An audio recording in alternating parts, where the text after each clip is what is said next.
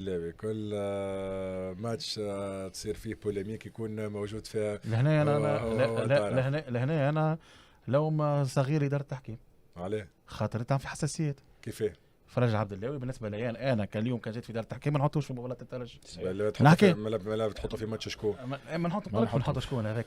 انا بالنسبه لي انا الترجي ما نحطوش حمايه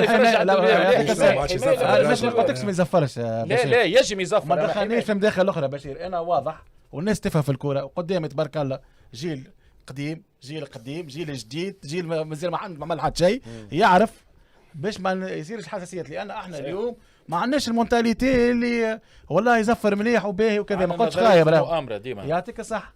دونك اليوم انا بالنسبه لي اداره التحكيم يلزم. علاش قلت لك اليوم اداره التحكيم انا والله باهت في عجب. شكون جابوا الحمودي؟ ما كانش الحمودي قبل.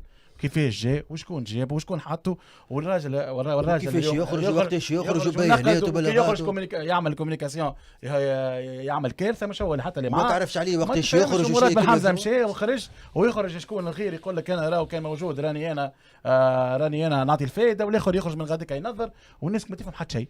لا ولا بصراحه لا رياكتيفيتي تعرف علاش حد جمال حمودي. خلينا نكون واضحين فيها رفيق. وكيفاش معناتها في ساعه معناتها صار الاجتماع باش يستمعوا للتسجيلات نتاع الفار بين الاسبيرونس وشنو القرارات باش ياخذوا؟ تقريبا بالحق معناها اليوم راه سماح اليوم بالحق بالنسبه للشامبيونات نتاع السنه غريبه معناها باش كنا نحكيو فيها. راهو الترجي البارح طلبت معناها باش لودونس جاوبوها اليوم في خاطر ماتشات ورا بعضهم رفيق.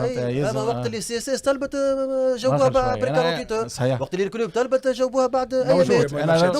كما نحكي والباهي والخايب. فهمت هذا ايش نسميه باهي؟ هذا توش نسميه باهي ولا خايب؟ انا بالنسبه لي انا اليوم نعاودها لك تحمل مسؤوليتك يا رسول الله. هو حاضر بشير في الندوه الصحفيه من الماتش. فما حاجات قاعده تصير من الماتش الاول وحنا حكينا في الجامعه كيفاش ما تعملش فار بعد 5 ماتشات تجيب الفار. وتو كي تحط الفار وانا مشكل نقطه ضعف. وحاجه اللي اتحس من هذا الكل يلزم اداره التحكيم تكون عندها حمايه. تو انا جبت جبت معناها التوقيت هذايا وجبت لي زيكزامبل هذوما.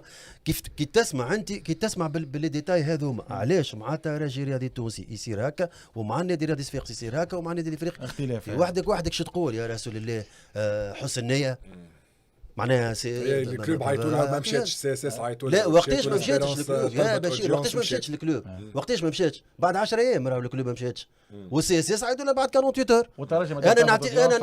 انا نقول انا نجم نكونفيرمي لك من هنايا اللي بالنسبه للترجي الرياضي التونسي البارح وين كلموا البارح وين طلبوا المقابله نتاع لجنه التحكيم البارح في الليل وبنى مويان الله اعلم مايل نص الليل واتساب نص الليل تليفون نص الليل. اليوم جاوبوهم واليوم دخلوا الانترفيو تاع القرفاله في الحوار قد يكون فما شك في حاجه غزل يجي نفسر لك رفيق.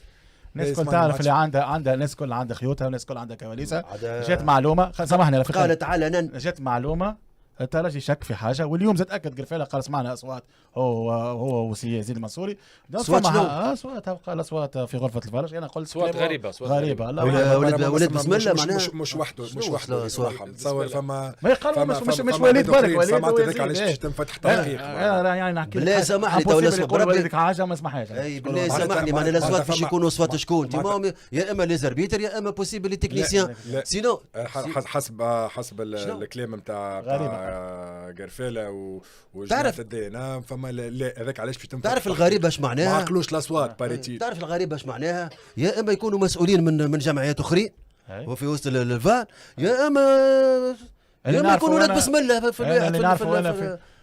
في تراب بنزرت يعرفوا زياد يعرفوا بشير صعيب برشا تدخل له غاديك منحينه لاكسي ومنحين برشا باش يشتغل يا اما لي زاربيتر فما حاجه يا اما لي زاربيتر يا اما لي تكنيسيان في الفان. المهم في هذا كله سي رفيق قال كلمه حلوه مزيانه باش نكملوا بها خاطر عنده الاخبار تو قال باش يعملوا فتح